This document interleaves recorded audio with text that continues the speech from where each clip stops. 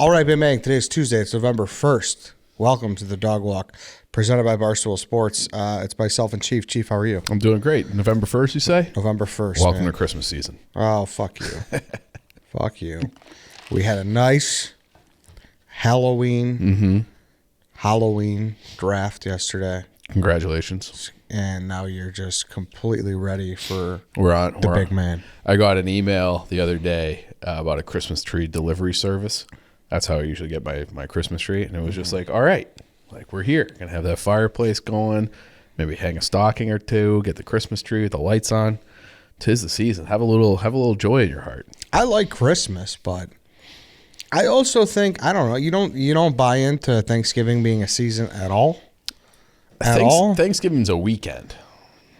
Yeah, I don't know though. Like I think Thanksgiving's a little. I love Thanksgiving. It's a little dewy. It's a little crunchy leafy. It's a little. Yeah, can be. It's a little turkey. It's a little brown. I mean, it's a great holiday. Burnt sienna. It's a great. That's a nice color. It's a nice reference. It's a great holiday. Sure, it is to you, pal. Yeah, it's a great holiday. I love it. Get all the food, get together with your people. Although I don't think I'm gonna be able to do this year. Why? My sister and her kids are going down to the in-laws. My other sister, I think, is taking a vacation to Europe or something. My brother lives in Florida. I think my parents are going there. I'm just gonna be sitting, making a turkey on the fucking Traeger by myself. Oh, really? I think so. Yeah, get like a Boston Market or something. Ew. Gross. They're not an advertiser, are they? Well, I like nothing wrong with the Market, brother. Yeah, there is. Come on. Market, that's one of those places where I feel like when I was like in middle school, my mom every once in a while would get us Boston Market as it's like a healthier fast food. Dude, when I when I was really grinding, that was like a quick healthy meal. But I don't think it is healthy. Number one, if you their potatoes are trash. Well, you got to pass on all that shit. Like mac and cheese is trash. You can't do all that. So what are you talking about? Just a turkey or like a rotisserie chicken? Yeah. Okay, I'll go to Whole Foods and get the sure. same Yeah, thing. obviously you could do that, but then you gotta walk in, you gotta fucking I suppose, but I can't say that I recall having the steroid injected Boston Market rotisserie chicken. That's slander. And listen, people are gonna fucking come at me for saying it's healthier, dickheads. If you're just ripping off bites of chicken, there's nothing much healthier than that. That's what I'm saying, and that's all. I would just go and get a half a chicken. That's it. Yeah, I wouldn't a la carte. Yeah, I wouldn't get any sides. Those fucking mutated, never see the light of day. Shut up, chicken. You're a piece of shit for shitting on Boston Market. I'm not the one who. I hope your Thanksgiving sucks now. I mean, I already told you it's going to suck, good. so thanks a lot. And I don't wish bad on you ever. Now I do for you shitting on Boston Market. All I'm saying is that I care about those chickens and those ones that they never see the light of day. They got to have so much antibiotics as they're just walking around. They're walking around in their own feces. They're born in the darkness. They're raised in a fucking hot ass tent. Oh, piss off. You and then know they the industry. Die. You know. It's gross. I go out of my way. That's one of those things where I will always buy organic free range because it's like I care about those animals. Dude. And myself. It's healthier. You know the industry. Have you watched Super Size Me 2? It's all bullshit. It's gross. All that free range. It's like they set up a fence that's a little bit further that they could wander outside 10 feet. It depends on the company. It's all bullshit. Depends on the company. There's 5 big chicken companies that rule the fucking country. It's all bullshit. 7. I mean, we'll have to give out free ads here. I got my fucking research done on this, pal. 7 Sons Farm in Indiana. This is about 7 Sons Farm in Indiana. Happy Egg Farm in Arkansas. Those are the places. No free ads, but if you want to do right by yourself and by the environment, by those chickens, those are the places. We're not slotted to talk about this, but this might just turn into a fucking chicken episode. A food off, chicken off. Yeah. Because we got fucking chicken fries over here, and I'm saying hey, go get good, organic, healthy, happy chickens. You ever see what a chicken looked like 100 years ago versus what they look like now? Yeah, I'm sure it's fucking mutated. I'm not denying they that. Can't. You acting like it's buddy. The chickens that you eat are chickens that are so like interbred and Yeah, but mutated, I'm saying that's they can't mostly even the case. fucking stand up because their chest is too Dude, heavy. yeah, but I'm saying that's the case for most of these places. That's why you got to go out of your way to get you reward the good ones, and it'll cost you maybe 50 cents more. But I'm saying even the good ones are not. It's like the fucking. I just gave you 2 examples. It's like the labeled shit we talked about with Totally. Seaspiracy. When it's I like, agree. remember? You got to Like- you got to dig a little deeper. You can't just read the label and be like, well. "That's good." That's why I get frustrated when I go to the grocery store, and I agree with you. And it's like, oh, this brand, we'll just say the brand Tyson Chicken, okay? Oh, but this Dude, Tyson just signed like a fucking couple $1 million. you're lying. Deal. You're lying. Yeah, no. With us? Yeah. No, you're not. You're lying to me. I know you're lying because you could be like, Harry, cut this. So No, I don't know. Yeah. But is Tyson local? Tyson's Fucking everywhere. Koch is local. So if Koch wants to sign, we're cutting all this shit. Yeah, well, Koch went to Holy Cross, that guy. I'll have He to lives look in my into it. neighborhood. They're protesting outside his house I recently. bet there were. I bet there were. Yeah. So you gotta look a little bit deeper.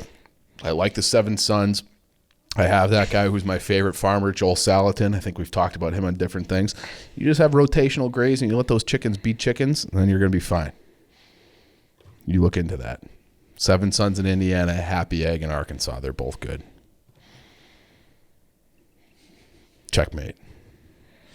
There's no checkmate. I'm just saying, like, this started by, like, Hey, Ed, checkmate. This, That's one of those things I feel like if I just say it, it means that I won the argument.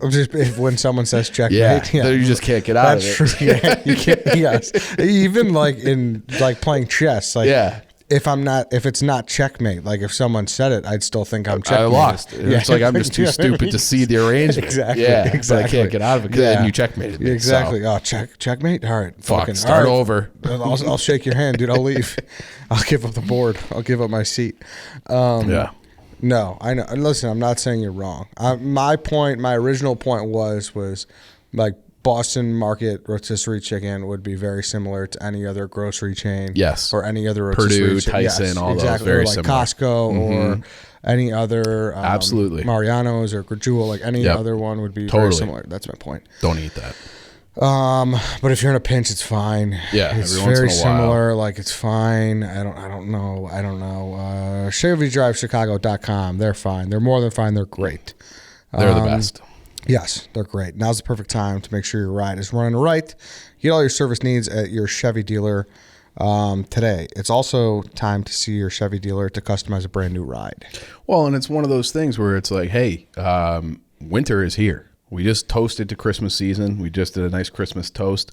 This is you want to have. You're gonna be driving out to your parents. You're gonna be driving everywhere. You got to make sure that you have the service that you need. Your winter tires are ready to go. You know, your oil is changed. All the things you need to get through the winter. Go get that done now and check out, like you said, a new ride while you're there. So everything that you could ever want is at ChevyDriveChicago.com. Yeah, you just go to that website, like Chief said, ChevyDriveChicago.com to find your local dealer and place an order for your brand new custom Chevy today. It's really that easy. You could customize everything.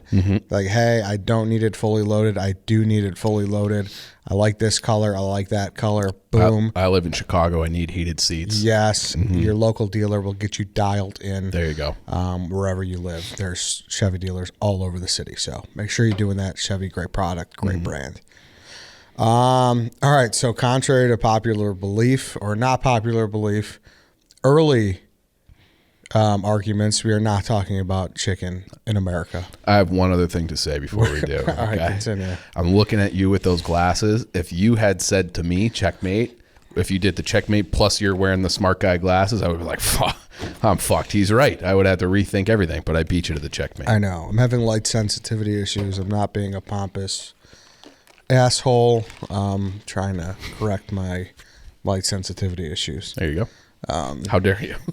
How dare You had to address that off the Yes, top. how I'm dare not a but pompous asshole. I'm having to address that I'm not some enlightened asshole who thinks he knows a lot about chicken in America and chicken ethics. And I'm a new guy because I know about chicken and wear glasses. All right, everybody, I'm still, you're still Ed. Yeah. Yeah. I'm going to stumble outside on Belmont and, Not worried about any of that. Don't worry about it. No. You want to talk about this guy, Fatty Arbuckle? Yeah, dude. This is a story that I've been interested in for a while because Fatty Arbuckle is a story that always pops up. It's also a cursed development. Is that in your notes? Sorry if it is. I hijack that sometimes. It's a project that's always in development hell. It is not. Okay. In my notes. All right. Sorry. We are off the rails today. Well, go. Well, let's just get into it first. Yeah. So Fatty Arbuckle. I mean, this is It's a crazy story, though. Crazy story. Right. His first name is Roscoe. He is like the Brad Pitt, the Leo DiCaprio, who's their buddy. He was one of the biggest movie stars of his era. Jonah Hill. Yeah. That's the name I was thinking of, but like an apt comparison. But he was the guy in Hollywood when it was still silent films. It was Charlie Chaplin and it was Fatty Arbuckle. And this was a guy who didn't necessarily aspire to this position, but found himself there. And then we were talking about this before, and I was like, the name was sort of ringing a bell. And then when I opened it up, I'm like, oh, that's right. He's like the original Harvey Weinstein guy. And I was like, you corrected no. me. Yeah. Because I remember I was doing a Twisted History with Large and his name came up, but I couldn't remember the exact story. So I was like, yeah, he's like, he was like this creeper Harvey Weinstein. And it was like, actually, no, like he was acquitted. But in doing the research for this, it's been 100 years plus since this, since he went to trial 3 times basically for the same case. And 100 years later, there are still Daily Mail, The Cut, a lot of the New Yorker, a lot of these still just like use his name and be like, oh, the scandal that rocked Hollywood, shades of Harvey Weinstein, where they don't even like go into the details, but like, actually he was acquitted. Yeah. So it's very, it's like a bizarre thing. And it ties into a few of the older, Dog Walk episodes that we've done with Hearst Papers and like what their role in this, and they basically destroyed this guy's life and reputation still for 100 years because they won't like corroborate or won't tell the full story of what actually happened.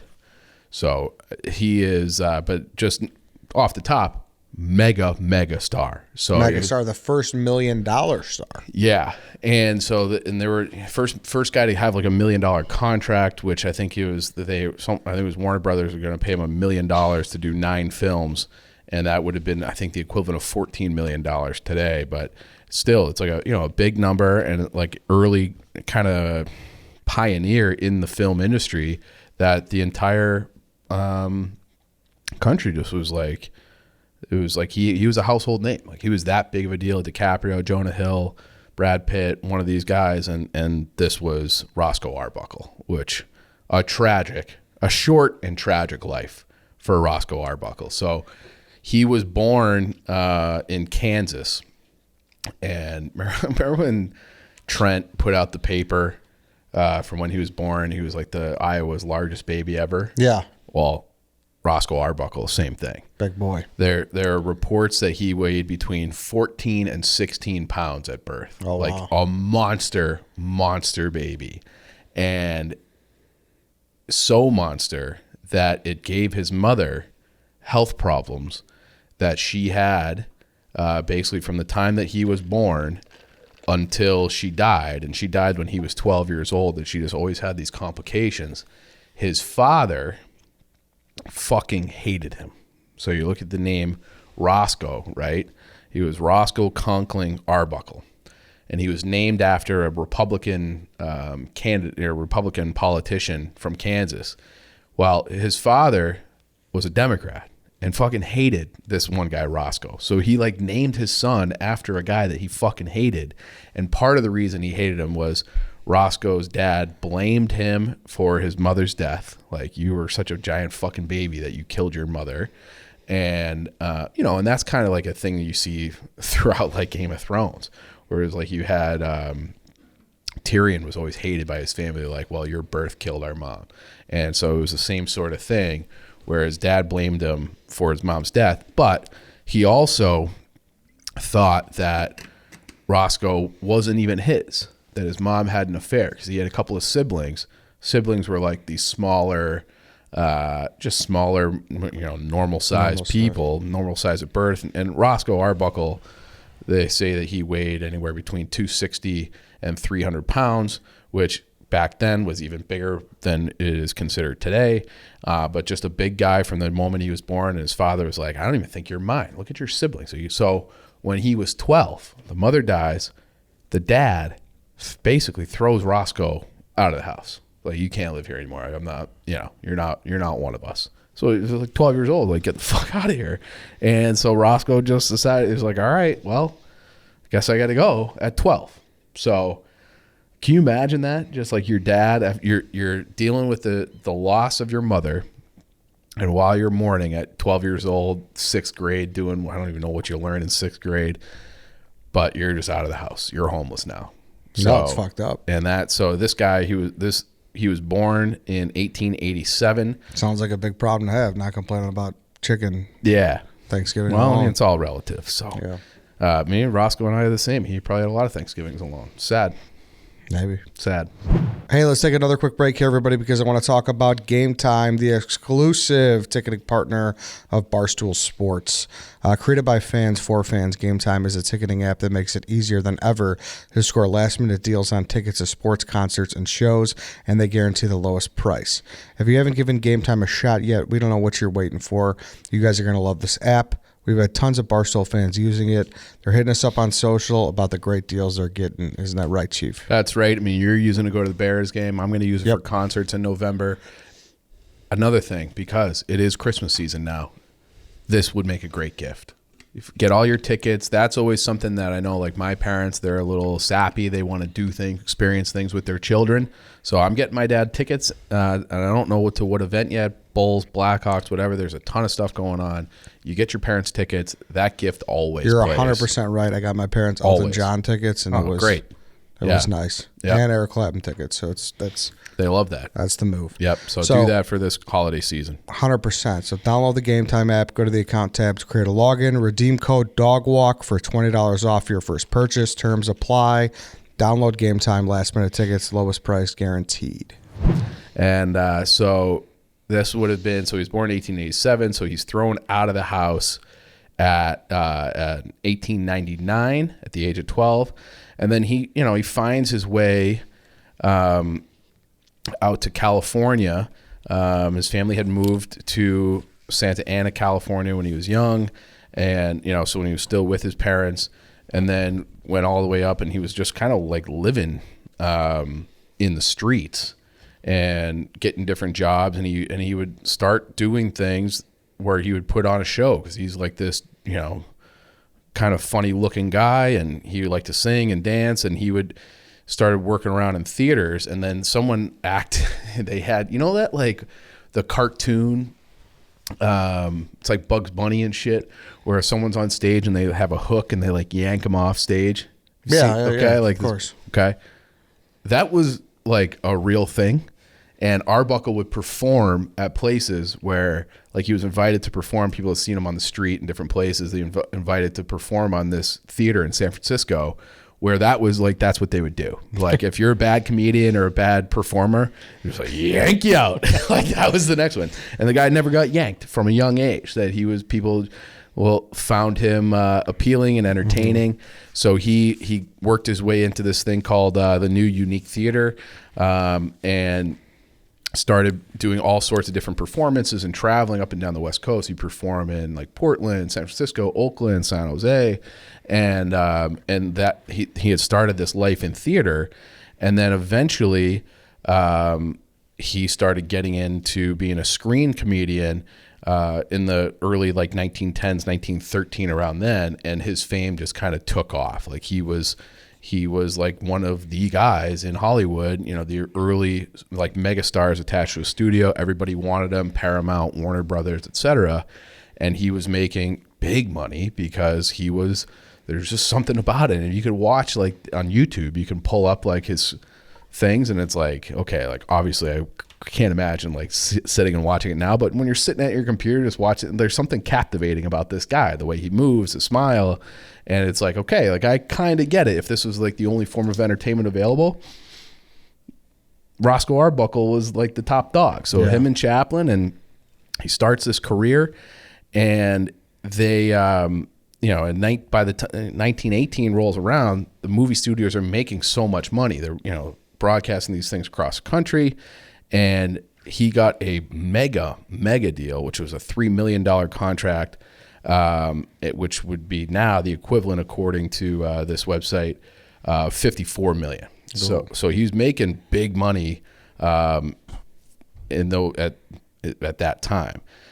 So now you fast forward to 1921, okay, and he's back in San Francisco, and he's, like we said, he's a top dog, and he's rumored to allegedly throw fucking wild parties, okay? Like that was part of his thing. He'd throw these wild parties with almost sounds like Great Gatsby sort of stuff, where maybe not to that many people like you see in the Leo Great Gatsby, but jazz music, people smoking weed, cigarettes, alcohol during, in the Roaring 20s. Like he was like the epitome of the Roaring 20s.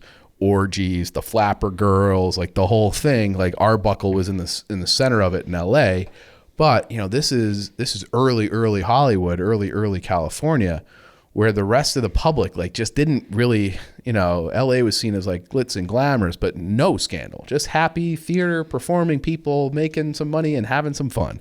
Like no one knew about the underbelly that was going on in California, and he's been linked to different things. And so he gets, like we said, into 1921, he throws one of these parties, and he has they have 3 hotel rooms at the St. Francis Hotel, and he was partying and supposedly carousing with this 30-year-old aspiring actress named Virginia Rappe, R-A-P-P-E.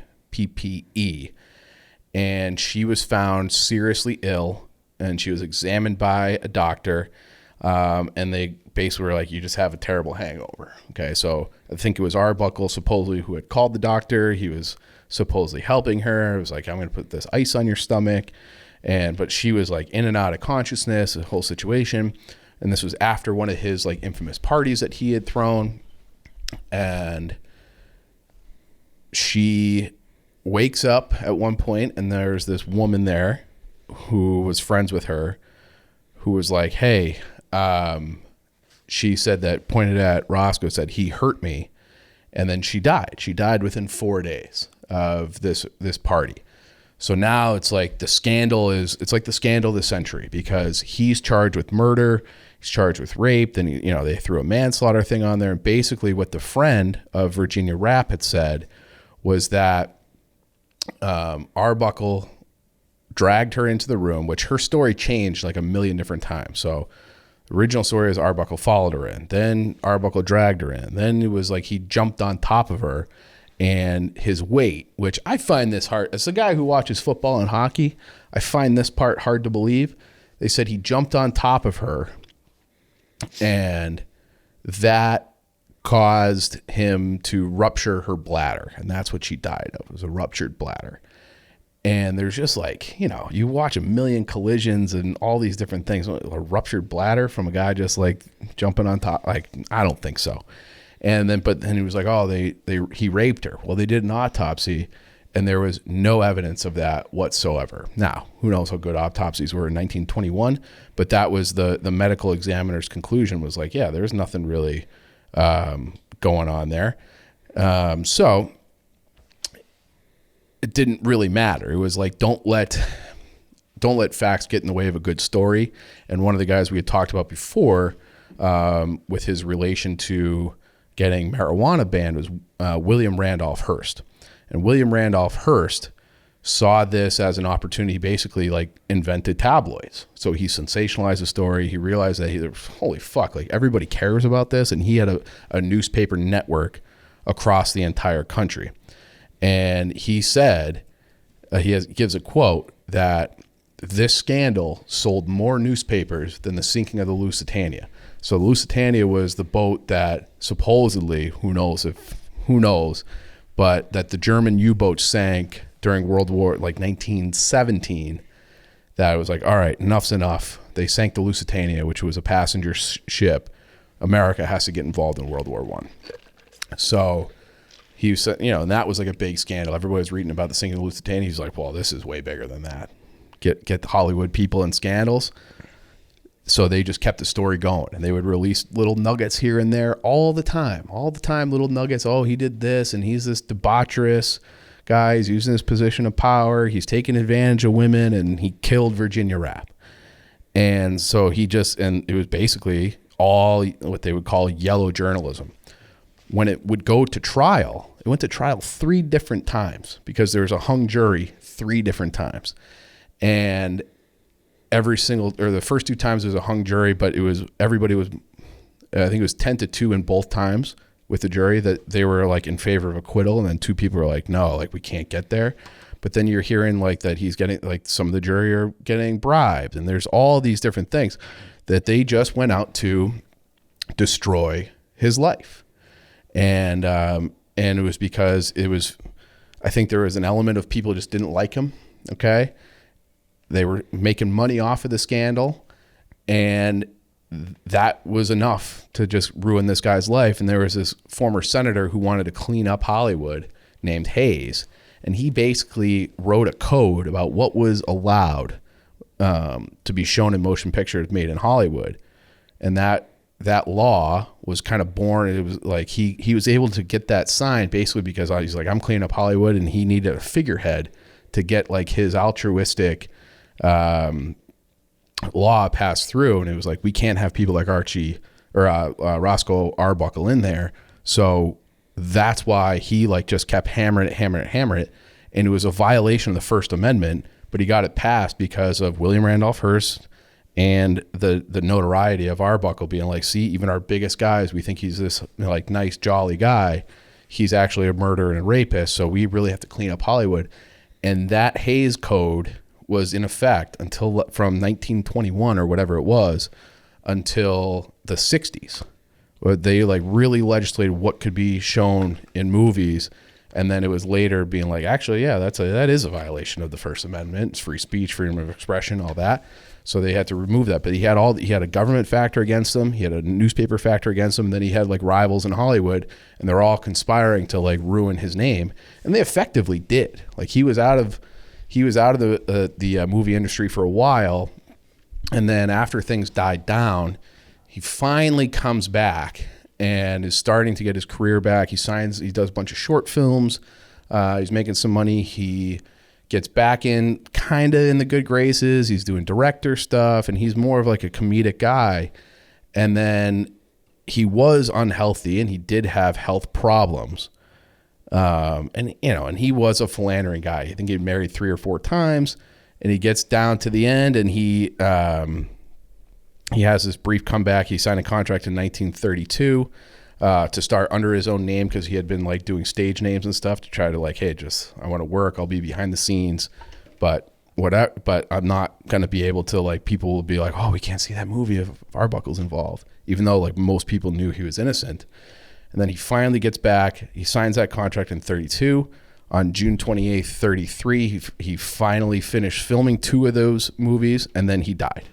So it was just like he was right there on the precipice of like completing this comeback, and then I believe he had a heart attack and died. Mm-hmm. So it's a terrible, terrible story, and like one that I was shocked to be like, wait a second. He was innocent the whole time? I don't think he was like a good guy necessarily, but he was certainly not guilty of what ruined his career. And 100 years later, there are major publications still saying that he did it. It's fucking wild. Yeah, and people might be like, oh, well, why do we give a fuck about this guy from the 20s? But to me, the story, I've always been drawn to the story because he's the first $1 million star in Hollywood ever, like we said. He was, he was like the Charlie Chaplin. He was right there with Charlie Chaplin early on. And so what I was going to say to you at the beginning of the episode is, so this, like, there's been nothing really made on him since there's been a rumored it was reported that this was Chris Farley's ace in the hole. Oh wow! Yes, before he died, he was really unhappy with his career. Okay, he was he's kind of pigeonholed into one. Yeah. He didn't really like that Beverly Hills Ninja movie, and he was this is the Fatty Arbuckle movie is really what I need to do to kind of break into that more serious role. It's kind of like what Jonah Hill did, when he moved into kind of Moneyball and he moved into those type of roles. And the Fatty Arbuckle was really his what he thought was going to bring him into the light to move away from kind of the Black Sheeps and the Tommy Boys. And he died, obviously, before he got the chance to do it. The role's also been linked to Belushi, Candy, and it's just something that's never been able to be made. And I've always just been kind of fascinated by it because some of these big actors have been linked to it, and I've never known much about the guy besides it's the biggest railroad maybe in Hollywood history. Sounds like it, yeah. And I wonder. Well, is there anything sort of in the works now? Last thing I see, so I just pulled up an article, and this article is never mind. This article's from 2014. Okay. Yeah, and it said HBO was working on a biopic based on the day the laughter stopped. It's a book on the subject. Mm-hmm. But I still I'm looking, and it's even as of 22, it's something that Chris Farley would have been perfect for that. Perfect, because it's you look at him, and he just it's not he kind of looks like Farley could play him, where Jonah Hill doesn't to me for some reason. But I don't know who else could really do it. But it's a fascinating story, and one that I hope it does get made. I hope, and it could be a warning, being you can't just believe everything that you read instantly, which I think everybody is guilty of, where you see something yep, that's got to be it, and then it's oh wait, 100 years later the story is still misconstrued. So you got to be careful with the information that you're taking in and taking as gospel. Yeah, it's just very crazy that all those guys were rumored to the project, and then the story in and of itself is just bizarre, like you said, because it was kind of when tabloids and gossip started to happen, and then still there's no story about this guy. Yeah. So I don't know.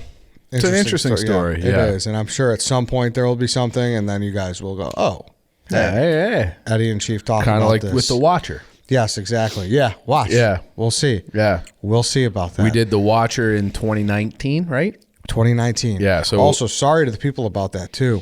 I didn't realize Spotify, all our old episodes in 2019 have just vanished. Which sucks, yeah. I don't know. We got to figure out a way to, archive those. Just on Spotify? They on Apple, too? I think it's all gone. It's all gone, yeah. That actually makes a lot of sense, because there have been times where I remember that we did something. I'm going to include it in a blog, and I'm I can't. And I usually just get quietly mad at Danny Conrad. Somehow in my head it's well, he should have posted it on the Dog Walk accounts, and I can't fucking find it anymore. It turns out they're just erasing all of our work. That's terrible. No, I gotta find it. Yeah, I gotta figure out a way to make it all back in one feed. And The Watcher sucks too. The show. Yeah, so you did watch it, sorry? I haven't finished. I can't finish it. No. I watched the first episode, and I'm they have the dad who, I'm sure he's a good guy, good actor, whatever. I've seen him in a couple things, and I'm this guy sucks. And it's too. We didn't talk about this, right? We did not talk about this? Because I know I talked about it with Danny and Hannah. And, okay. Yeah, we talked about it off air. Yeah, it's compared to the real story, it's garbage. Trash. Yeah. And the thing is it makes sense to me because have you seen American Horror Story? No. It's good. Yeah. But like Ryan Murphy, he's the guy behind it. It's very American. Okay. It's to a T American Horror Story. Okay. But it's just, it didn't need it. Yeah. It's such a good story. It's better if you just do it as a documentary. Yeah. Yeah. 100%. Yeah. My guy didn't email me back though. That kind of hurts. Maybe he knows. Maybe I'll shoot him a text. He should. Is that too much? Is that overbearing? No, I don't think so.